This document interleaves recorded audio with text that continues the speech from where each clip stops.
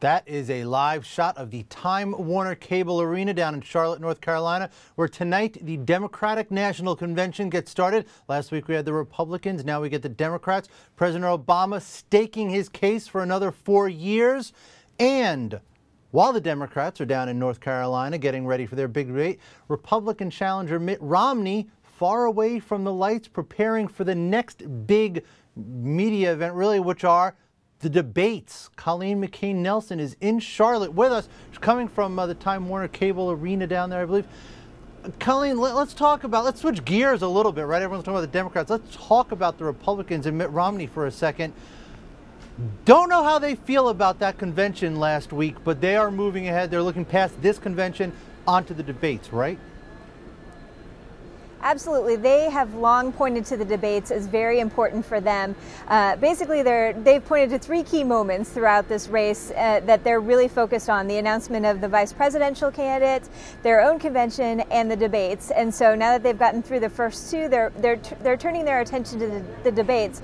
And Mitt Romney has a little bit of an advantage in that he got a lot of practice during the primaries. He's done a lot of debates this year. President Obama has not, obviously, but he's already in practice mode. He's got Senator Rob Portman from Ohio standing in, playing Obama, and they're doing full-fledged mock runs at the debates this week. Yeah. Now, I mean, obviously, Portman stood in for Obama for McCain back in 2008 to help him prepare. You know, it's one thing to go up against your fellow Republicans. It's another thing to have the convention where the lights are on you. You have a big partisan happy crowd. Going up against the president has to be a different challenge, though, right? We have 3 debates, televised debates. I imagine Gary Johnson's not going to be invited to these things, is he? What is Romney preparing for? Yeah, you know, it's too bad, actually. What is Romney preparing for when he gets on a stage with the president? Well, I think you have to prepare for just a wide range of scenarios. You can't be certain what you'll be asked. You can't be certain what the president will say. Certainly the president is an eloquent speaker. He's a good debater himself.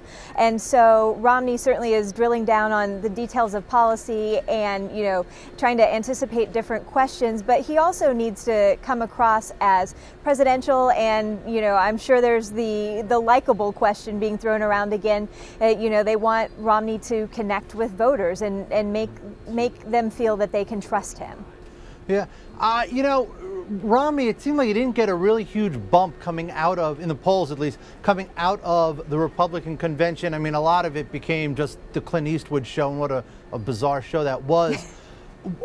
How does he get past that? I don't know what they're saying in the Republican camp and the Romney camp, but that convention was a little bit odd, especially the Clint Eastwood thing. Where do they see themselves going right now?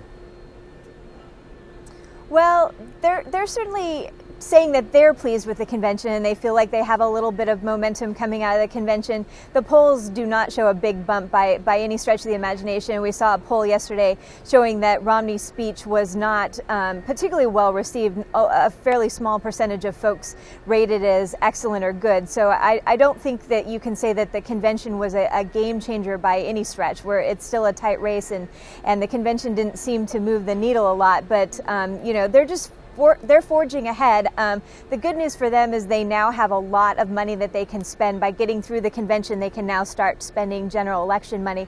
So they have a lot of money to work with. And this week they're really drilling down on the question of, are you better off now than you were 4 years ago, which came up on the Sunday talk shows, and some of the Democrats kind of hedged in their answers to that question. And so the Republicans now have seized upon that and said this is what you should be voting on in November, the question of, are you better off than you were 4 years ago? And they say, you know, if Democrats aren't sure, then you sure shouldn't vote for them.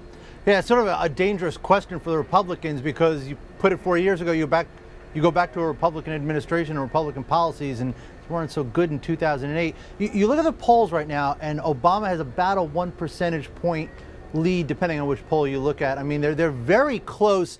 Obviously, it's just a 2-horse race. I'll say it again. Gary Johnson, you know, I don't know if he's going to be a big factor in this one.